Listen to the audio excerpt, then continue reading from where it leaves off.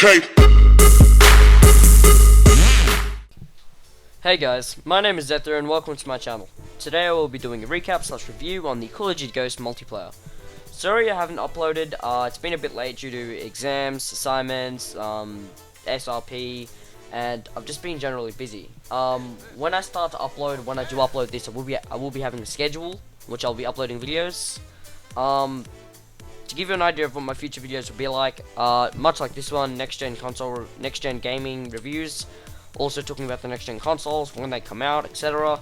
I'll also be hoping to do gameplays of games like GTA 5, Battlefield 4, but since this is my first video, I will be relying heavily on your feedback, so be sure to comment what you want to see, and I hope you guys enjoy my first video.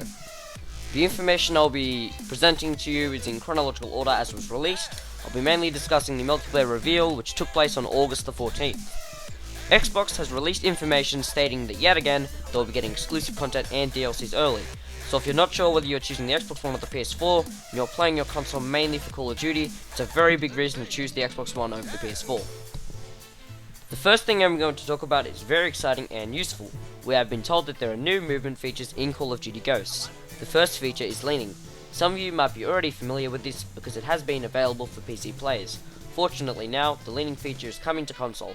As you can see, it's really going to change the competitive aspect of multiplayer, seeing as you can lean around objects and get long lines of sights without revealing much of your body to the enemy. We are not sure what buttons are required to enable this feature, but it has been confirmed.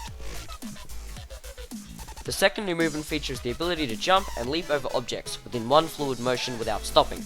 This was possible if you ran and pressed crouch simultaneously, but now this is actually integrated into the game nice and seamlessly. So if you run into an object and jump over it, you will continue running and you won't stop at all. It will make running a lot easier and you'll be able to navigate around the map smoothly. The third thing I will be talking about is unfortunately disappointing: theater mode. Streaming in theater mode will not be returning in Ghosts. Apparently it has been discontinued simply because Activision felt it was not used enough in Black Ops 2. Personally, I find it difficult to see why they removed theater mode, seeming as it was an extremely popular feature among people who weren't able to spend extra money on a HD capture card. But in Activision's defense, I have heard that the next-gen consoles will have their own built-in capturing capabilities, which does explain their choice not to waste precious development time on that feature.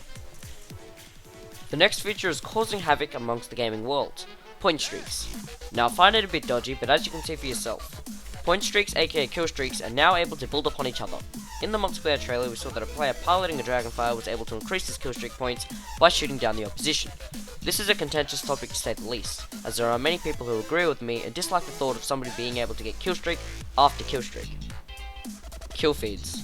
From the in-game multiplayer footage, we can now see that the kill feed has been moved to the top right hand corner of the screen. Now moving on to something very important: maps. Maps in Call of Duty Ghosts will now be dynamic, which means if you shoot at certain objects on the map, you will gain an advantage over the enemy. As you can see on the screen, there is a player using what seems to be a grenade launcher to blow up part of a building, also killed an enemy soldier. Female characters. Now unfortunately this feature has received a lot of hype from the media. Personally I do not give a flying fuck, but I'll be reporting on it anyway. From what we have heard, female characters will now be available in the multiplayer game, big fucking whoop. Also, there's been a large emphasis on squad customization. Build your squad. As noted before, there will be an emphasis on squad customization. Here, you can see that each player has their own emblem, title, and what seems to be a camouflage similar to Black Ops.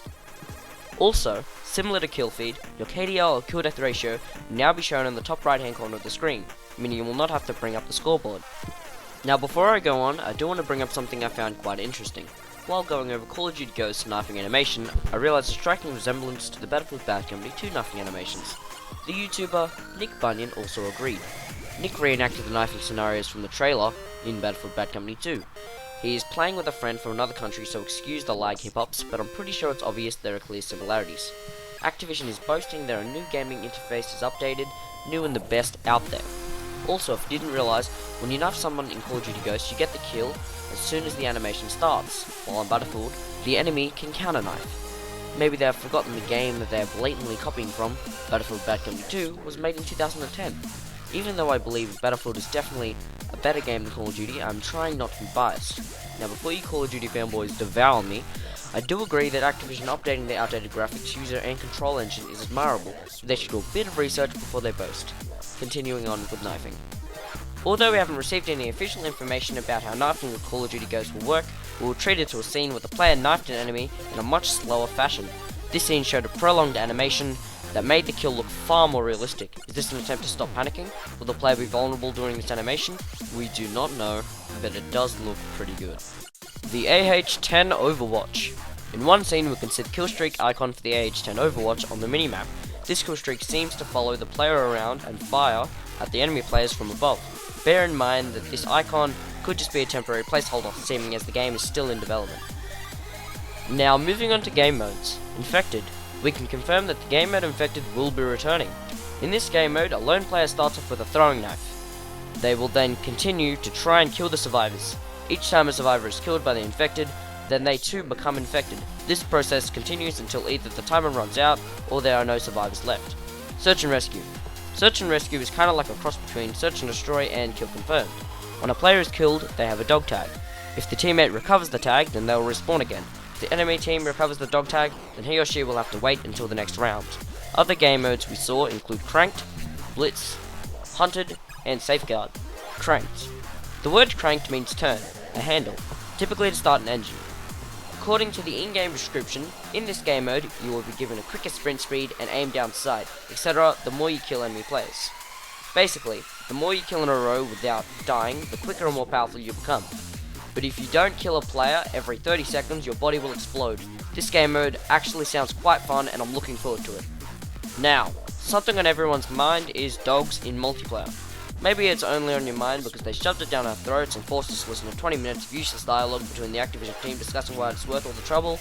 Personally, I do not think it was worth all the time, but it does seem to be a cool feature. It looks as though the attack dog will be reappearing in Call of Duty Ghosts multiplayer. In the first scene of the trailer, you can see a dog icon in the top left hand corner of the screen, where then shown footage of Riley attacking an enemy player. The question is this a kill streak? We are yet to find out. Something that is a kill streak is the quadrotor. Here you can see the quadrotor point streak being used. This is basically a remote controlled machine that can fly and fire an attached assault rifle. The quadrotor has been used in Call of Duty series before, but this version possesses the ability to use missiles and rockets, as you can see in one scene of the trailer. Also, if you look closely enough, you can see the player earns a 12-point kill streak called the Helo Pilot. SATCOM. The SATCOM is basically a ground version of the popular UAV. You basically take it out and set it in a position that suits you and it will report back to the location of enemy players. Moving on to another point streak, it looks as though the Juggernaut point streak has made a return. It will require 14 points. In some scenes we can see a player using a minigun while wearing the Juggernaut suit. As you can see here is the player's perspective. Thank you for watching my video. I hope you enjoyed my first video. Leave a comment suggesting what I should review / recap or play next. Don't forget to like, subscribe, and follow me on Twitter. Have a great day. This is Xethyr. See you later. Now bad boy, are you ready for the bass? My DJ, yo, get on the case.